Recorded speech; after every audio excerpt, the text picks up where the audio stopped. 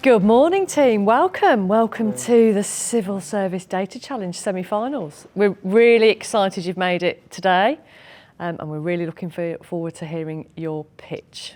Over to you. Hi everyone, and thanks so much for your time. We are really delighted to be able to present our idea, which is SNAP, and that stands for a safety net for administrative processes.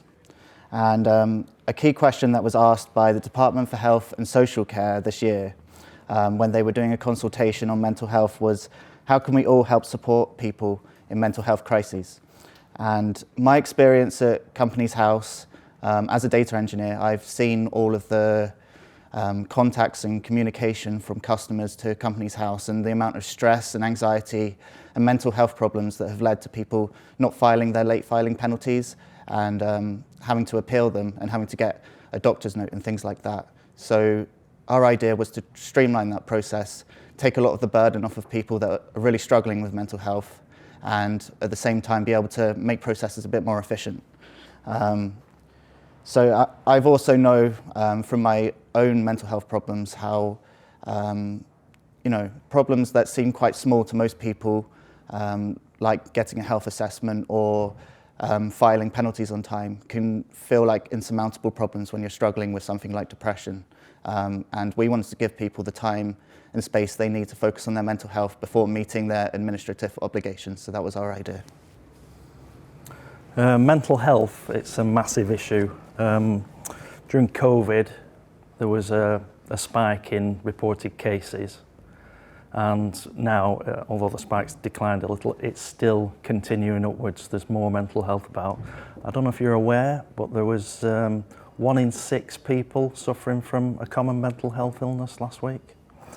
And all these illnesses are fueled by the cost of living crisis, debt, unemployment, 0-hour contracts, those sort of things.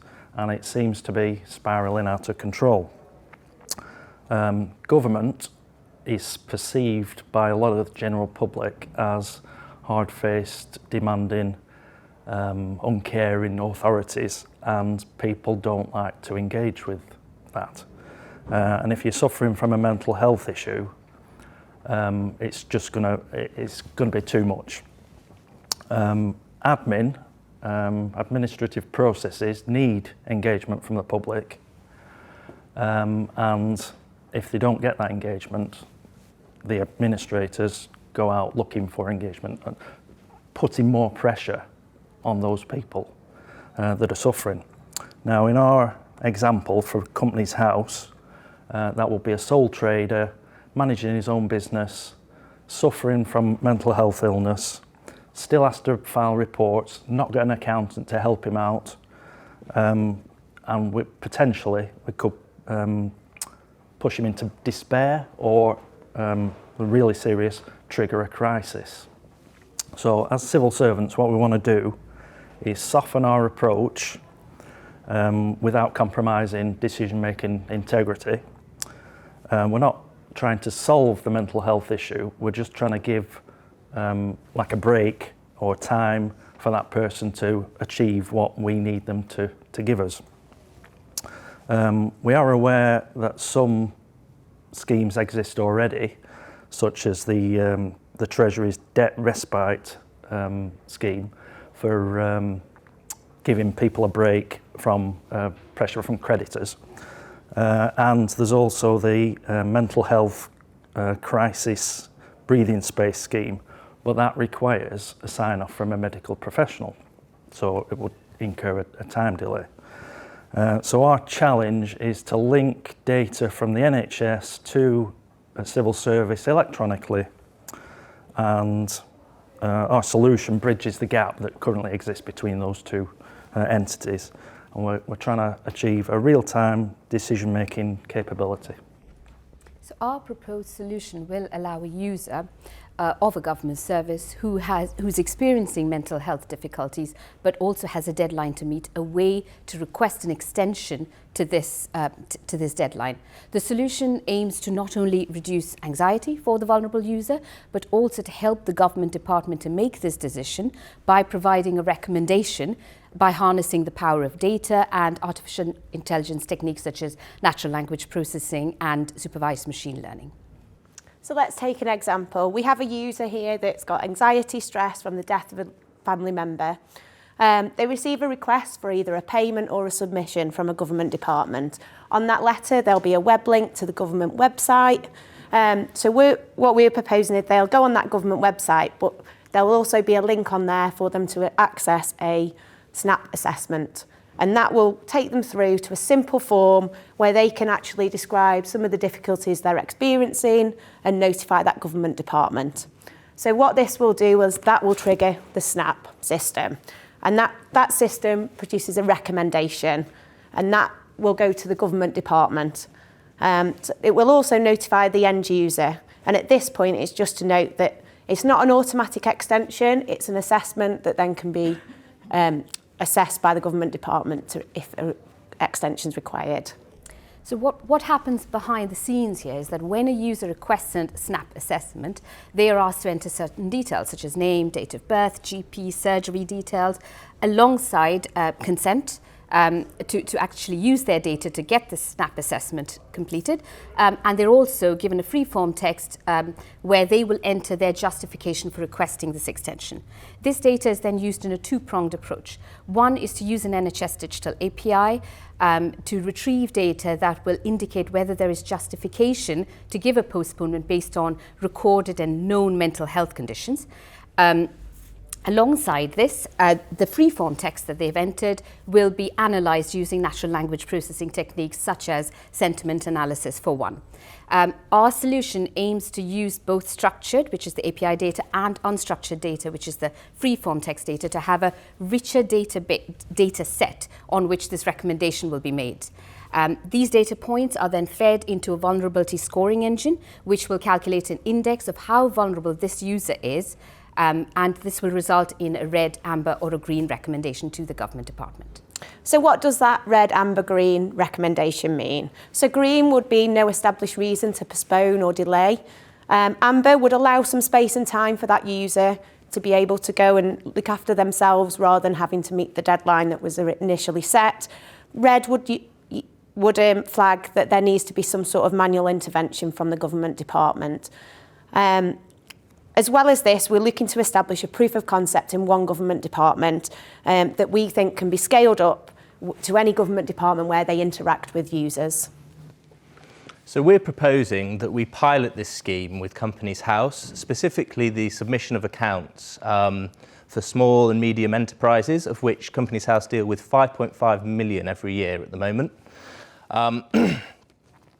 So we think this approach will bring a lot of trust to the government department, because these small and medium-sized enterprises will have some of the break and time they need, especially when they're struggling, because when you're so small, if you're having a bad day, so is your business.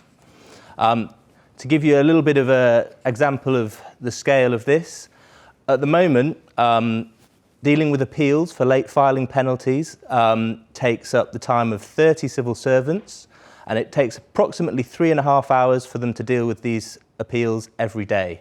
And currently, there's still a 40,000 backlog from last year. So we're proposing that if the SNAP assessment reduces this workload by 20%, then we're already going to see a huge saving on a top of a sort of £500,000 a year cost in dealing with these late filing appeals at the moment. And just to give you an idea of how many interactions Companies House has that involve mental health, there's at least 5,000 interactions with Companies House every year that state that one of the reasons for a delay is a mental health crisis. And that is just using a word assessment with the words mental and health. This could be a much higher figure if we consider other keywords that might be involved in that engagement. So as you can see from this, a 20% reduction would involve immediately huge savings for the government department, and that's not even considering the pressures that we put on people applying, going to GP surgeries, getting their own mental health data back, which can often be quite a taxing and time-consuming process, which just adds and builds on to people's stress when they're dealing with these situations. So thank you very much, and we look forward to your questions. Thank you very much. Great presentation. Right, who would like to kick us off? Yeah, great presentation. I'm Alison from ONS. It seems like you've got two quite different but complementary approaches here, as you've described the the free text NLP versus the hard-edged sort of health information. Is one of these an absolute primary route, and the other one a secondary, of some benefit? Because I'm conscious they are very different approaches. And I've got a follow-up, but I'd be interested in how you. Yes, I can take this one. So yes, they are two different approaches, and we wanted to do structured plus unstructured for a couple of reasons. One is that if there was a data point that was missing, for example, we were unable to access NHS Digital API data for some reason, we still have something else that would allow us to provide a recommendation. When this recommendation goes back to the government department, it would mention the data points on which the recommendation is based. So they would see that there was data that was not available, for example. It will also allow us to give weightage. So for example, during the process of supervised machine learning, if we see that actually we need to give more weightage to structured data, the NHS Digital API, we could do that. We could tweak the algorithm to do that. We also have seen precedents of where this has been used. So we know the CRIS project, the Clinical Record Interactive Search done by South London and Maudsley, have used NLP techniques for accessing electronic health record data. And we've started that engagement. So we've reached out to the lead researcher, the PhD researcher on that project, so that if we were to get to next stage, we would be able to continue that dialogue to ask how they've used it, how we could build and leverage that data. Thank you. Is there a risk that very quickly people will learn the way to tackle the NLP part of it is to send messages in text with abusive language, because that's going to spark this person is stressed? So we have thought of that. We thought of how users could potentially try and get around having to file their, to pay their penalties, etc. And the recommendation engine will start to learn. When we've got users who have no known or recorded mental health conditions, but are using strong sort of language in the free-form text, it will quickly learn that this person is having an office fire every year, for example, and we've had instances of that. So we've discussed that possibility, and we would like to add it into the machine learning aspect. Yeah, to add to that point, it's not the case that doesn't already happen in Companies House. Like Sumitra alluded to, you get some companies where they've had a crisis every time they've needed to file their accounts. So it's not the case that it's introducing problems, but those problems could still remain, and we're not going to solve every single problem, but it could be a more scientific and more measurable process of sort of trying to combat people that are trying to game the system, which you're always going to get, I think.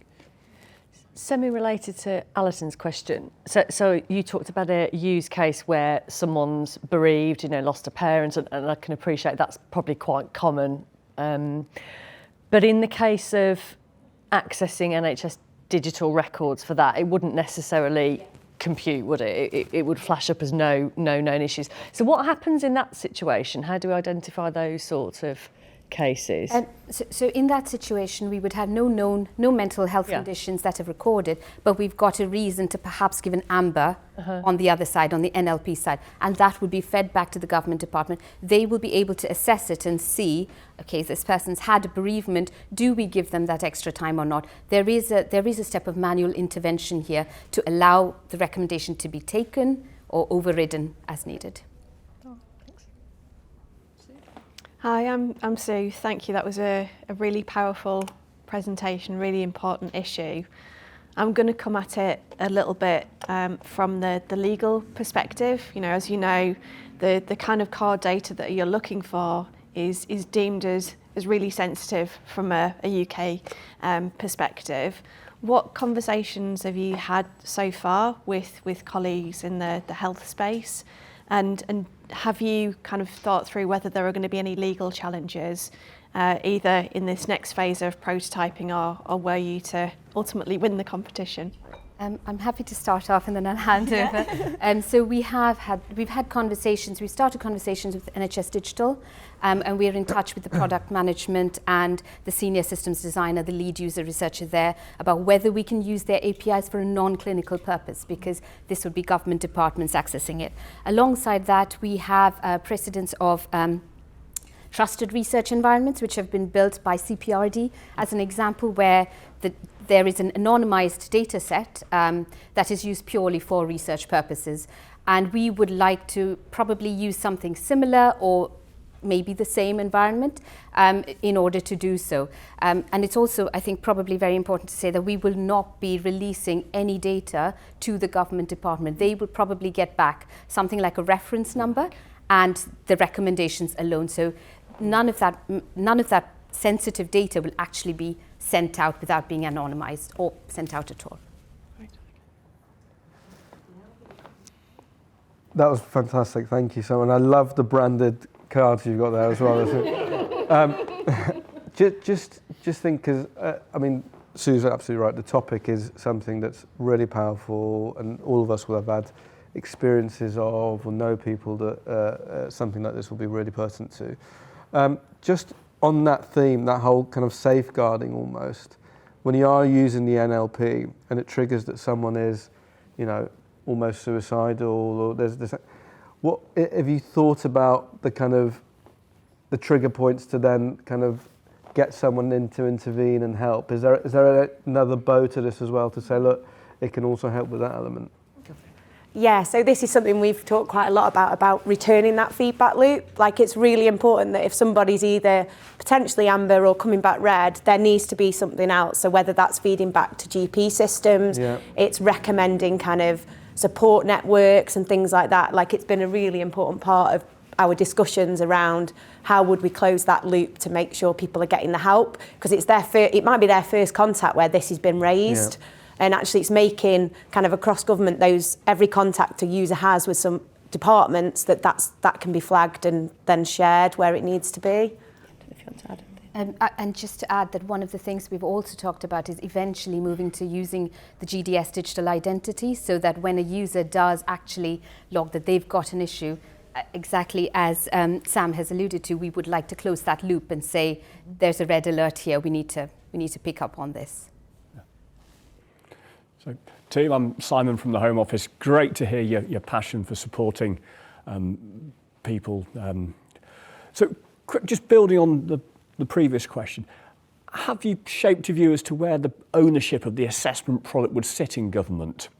I guess the area that's responsible for the ongoing continuous improvement and for deciding how any concerns are handled that get flagged from the product. I think we have discussed this, and we think that if we were to use an environment such as CPRD, which is very much in the DHSC space, and also the CRIS project that I mentioned, which is the Clinical Record Interactive Set, that's also within it's within the NHS space. So we think DHSC would probably own the data and own the. This would be very closely linked with NHS Digital, and it would sit in the DHSC space. Where exactly, we would not know until we delve into this further, but the data would be owned within the Department of Health, and it would not leave the Department of Health, so to speak. Okay. Now that makes sense. I'm getting a sense you haven't yet established sponsorship from that department. Not yet. And if you were to progress to the final, then certainly that would be something to really look into over the next few months, wouldn't it? Yes. Yeah. Thank you. Great idea. Can I ask about the quality of the data that you're going to rely on, particularly from the sort of health machine? Have you got any knowledge yet of whether the health data is sufficient to be able to give those trigger marks, or does there need to be work in aligning the quality of the data? So we've seen two challenges here. One is that when we engaged with the NHS Digital API, we looked at their catalogue. There's already an API that exists called Reasonable Flag, which is also linked to mental health concerns. We don't know if we can use that in its entirety. It's still in development, I believe. There's also the wider sort of GP Connect data, which probably is too wide. We would want to use a minimum data set for this vulnerability scoring engine. So we've started those conversations. We haven't yet progressed it to the point of which API we would use or whether there's an API in existence that we could use directly. That's an area definitely worth pursuing, because if there is an API solution here, it becomes that much more achievable without having to move data or sensitive data around. Yes. I know it's a big area of development, and it's very, NHS APIs seem to be coming out all the time, and it's a really exciting sort of area of data sharing. So yeah, we're trying to keep on top of that, and on top of sort of the community around developing those APIs, because yeah, that could save us a lot of the legwork. Yes. Not just the legwork, it is the nature of the legal status of data as well. So we've reached out to Tony Heap and Alex Lord, who are the product management team for the API management, product manager for API management in NHS Digital. And yes, there is stuff that we need to work out. For example, if we were using it for non-clinical, how would we go about doing it? But there seems to be a route to do so, and we would like to pursue that. Well, if you get through, I'd encourage them to come and join you on this team for the final. Yeah, for sure. And on that related note, one question we're asking of all of the teams, if you do get through to the finals, what can we expect to see as judges at the final? I can start off. I think we would definitely look into more into the feasibility. How exactly would we make this real? We would like to go a bit more into the cost models and see exactly what this would look like in terms of cost and how much savings, so get a bit more figures on the savings that we would do, not just probably not just in terms of the monetary side, but also the fact that we would be putting an AI element in between that caseworker dealing with requests and people asking for extensions. So we would look at all of that in a lot more detail, so a lot more on the benefits, a lot more on the cost and the solution. That's what we'd be looking at. I don't know. So thank you very much. I think I'm going to reveal myself to be very stupid and not understanding something, so forgive me. But I'm just trying to wrap my head around this because I'm finding it a bit tricky.